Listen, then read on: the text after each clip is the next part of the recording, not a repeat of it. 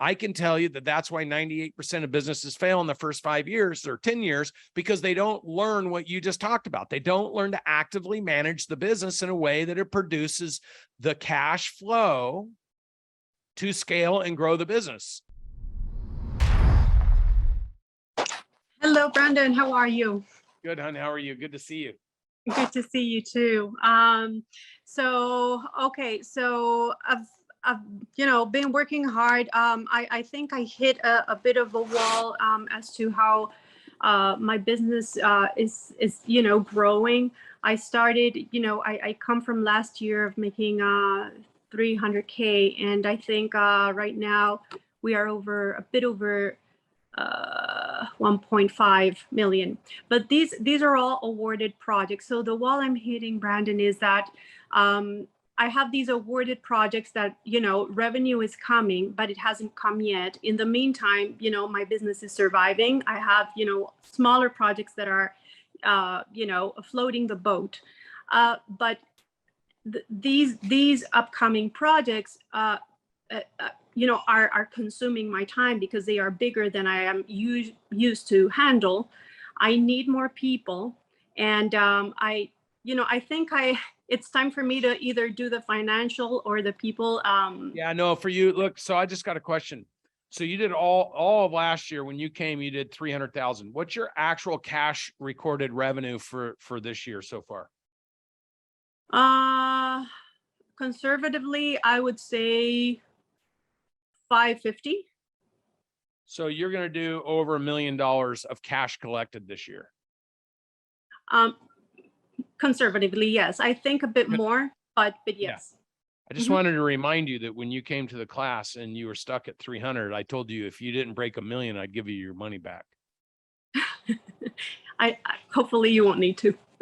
No, but you're going to make sure I don't, because that's your obligation. But the point is, do you remember that conversation? Of course, I will never forget it. I just want to make sure everybody on here, see, there's been a couple businesses where they're just like so uncertain that they stretch so far to come to the 10x 360 and write that huge check.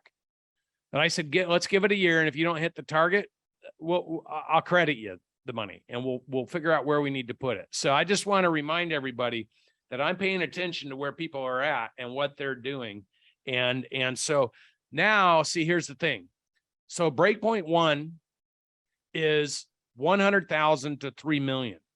And really the sad part is 97.8 businesses are all trapped under 3 million that are under 100 million. So that tells you how hard it is to get to 3 million.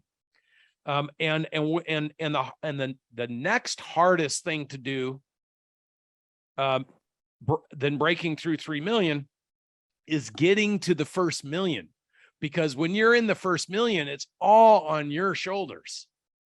Yeah. And so learning things like having the confidence to go out and bid big jobs, and then being excited because you land them, and then realizing, oh, wait, that job means I need to hire more people. I need to order more inventory. So how you structure, how you ask for deposits, then all of a sudden you're like excited you got a big deposit, but it's a deposit. You have to give it back if you don't do your work. So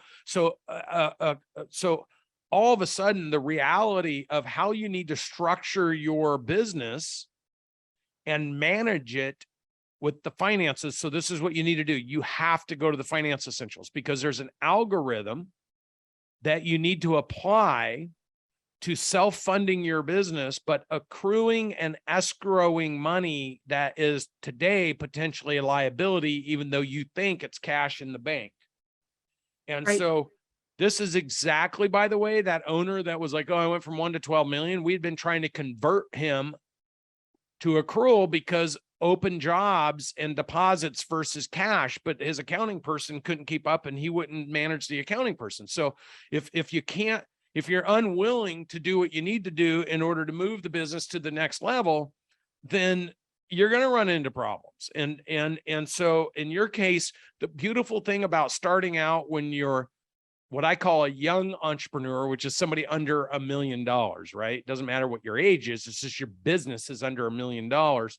As you move from crawling to walking, when you go over $1 million,